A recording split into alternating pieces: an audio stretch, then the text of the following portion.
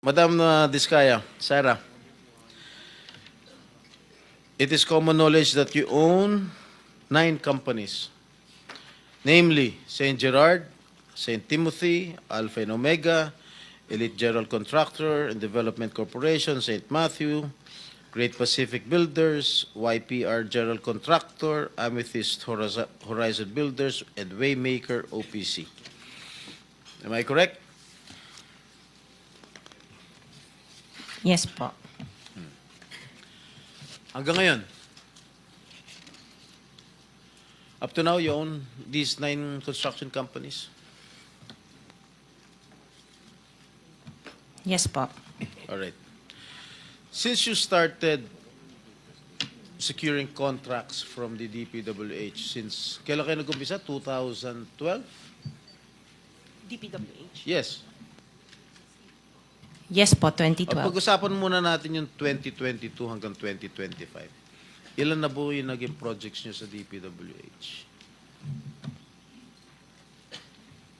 Marami na po. Ilan nga? I don't have Mahigit the figure. 400? Mahigit 500? Within the span of 3 years. I don't have the figures po. Estimate lang po, ballpark Give me a figure. ballpark figure. Siguro po mga 400 ganun. I'm not Siguro. I'm really not sure. Okay. I don't have the figures with me. Sa loob, sa bawat taon, ilang bidding ang sinasalihan mo? Marami po kaming sinasalihan na bidding. All flood control projects? No po. Ano pa yung mga projects? Buildings, kalsada, Nationwide or only in Metro Manila? nationwide po. Nationwide. All right. Pero yung bulk ng mga projects na award sa ng DPWH, mostly sa Metro Manila. Am I correct? Hindi po, sa probinsya po. Sa iba-ibang lugar. No, the bulk of your contracts. Here in Metro Manila? No po, outside Metro Manila ang marami. Where na. outside? Where outside of Metro Manila? We have in Romblon, Cebu, Bohol, Bacolod, Zamboanga. Hindi naman po kami namimili ng lugar. Migos Project? Wala po. Sigurado ka? Opo, Kaya nanood definitely. ka dahil pag meron kami ma-discover na may ghost project, pakukulong kita rito. Minimum totoo. Wala po talaga. Meron ka mga pictures na lahat ng mga proyekto ginawa mo? Yes po, Nasaan? meron po kami. Lahat ng mga 400 projects, meron kang litrato? Yes po. O i-submit mo rito sa committee. Okay po. Okay. Sa mga bidding na sinasalihan mo ng mga kumpanya mo, itong 9 na kumpanya, ilang beses kayo nanalo? At ilang beses, kung natatalo rin kayo sa Actually, bidding, I ilang don't beses kayo have the natatalo? actual figures, pero sa napanalunan, very minimal lang po talaga, mga 2%. Pero ang dami namin projects po na sinasalihan na bidding. So, sa loob ng isang taon, pag nagbibidding isang kumpanya mo, halimbawa itong ano ba yun? Yung Alpha Phi Omega, ilang beses kayo nagbid sa isang taon at ilang beses kayo nanalo?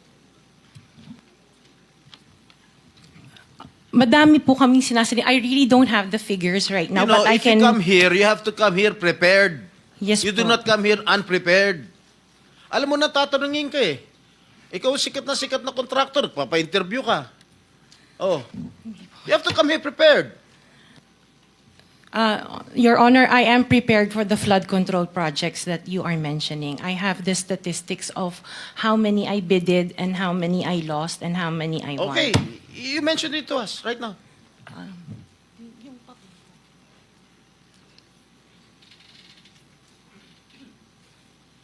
You are asking her to relate the 400.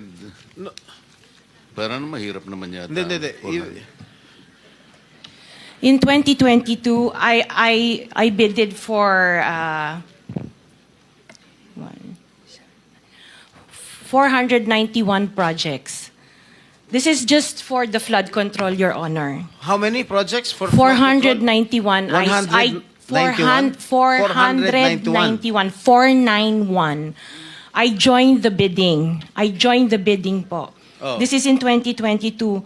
I only got 71 projects from the 491 na sinalinan ko po. 71 only. How many companies? Itong This is siyam? just for Alpha and Omega Oh, po. what about the other companies? What about the other 8 remaining companies that you own? I don't have the statistics Oh. for that because I was only called as Alpha Wait, and Omega. You admitted earlier when I asked you if you own these 9 companies and you answered in the affirmative.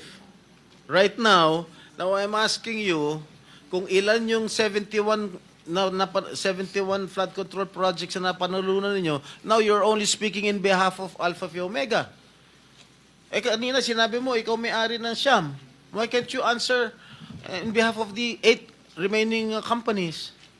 Kasi po, yun lang yung na-prepare po namin for today's hearing. Oh, what about the representative of the other construction companies? Itong si Remando. Oh, how many? You're representing St. Timothy. Good morning po, Mr. Chairman. For St. Timothy Construction po, we have 145 projects. Flood control projects.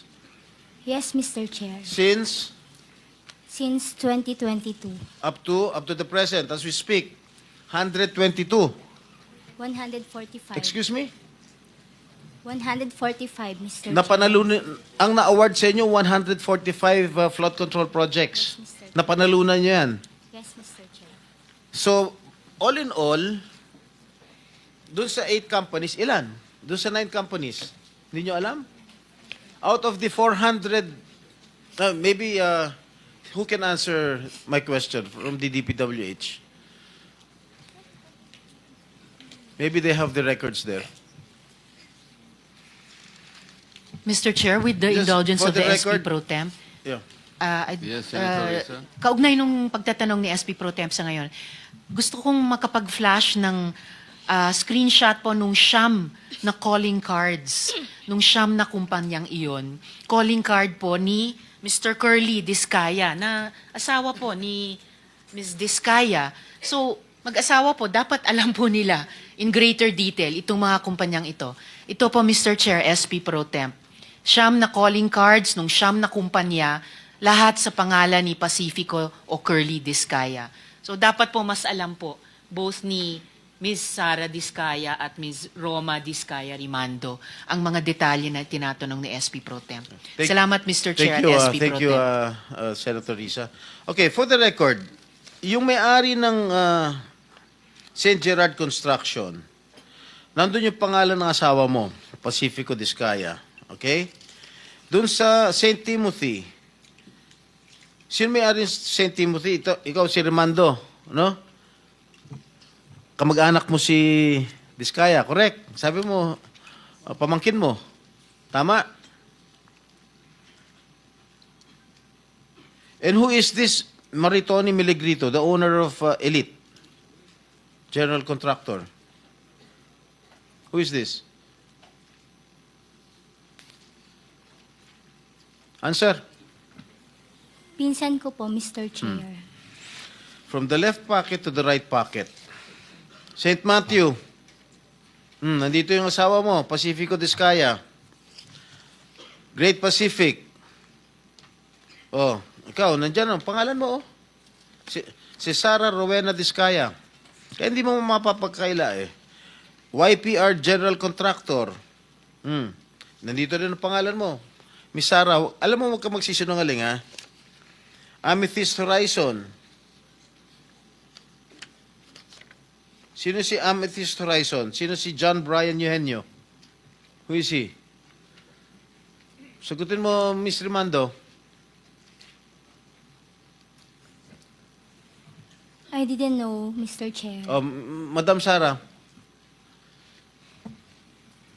He's one of our employees. Oh, dami. Waymaker. Sino si Gerald William Discaya? He's my eldest son. Okay. Alpha Phi Omega, yan, asawa mo. So, you confirm, lahat ng siyam na yan, kayo, ikaw ang may-ari.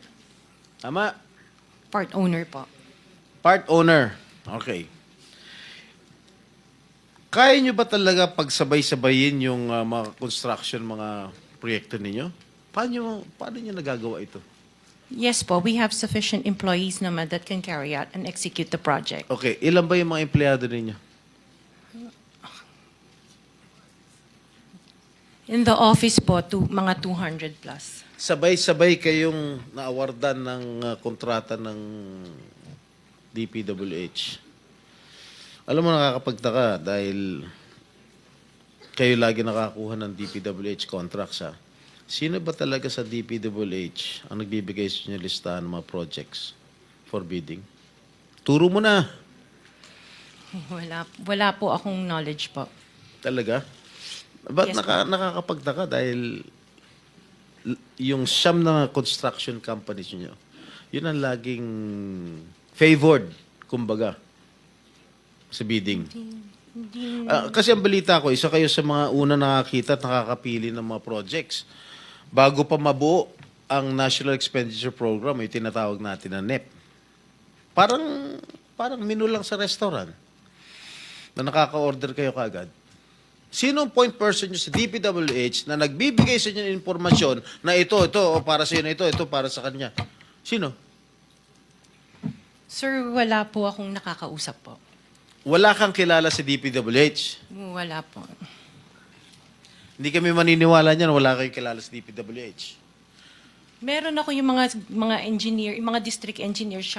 Yun mga pala. Sino ang mga district engineer na nakilala mo? Pero hindi po sila nagbibigay ng project po sa akin. At tinatanong ko, wala naman ako sinasabi sa'yo kung nagbibigay sila ng project, sino ang kakilala mo sa DPWH? Sila, mga DE po. DE Yeah, okay. ng, Sabi mo, sino? teka sandali. DE ng Laguna, O, sino DE nga? ng... Banggitin mo yung pangalan. I can't remember their names kasi I don't transact on Okay, behalf of the DE ng companies. Laguna, sino pa? DE ng Bulacan, DE ng... Is he here? Nandito ba? Yung DE ng Laguna, DE ng Bulacan, nandito ba? DE ng Bulacan nandito. Okay, paano nyo nalalaman ang mga projects for the bidding? Sino ang nagbibigay ng listahan sa'yo? We don't have a list. Naka 6 minutes ka na, erap.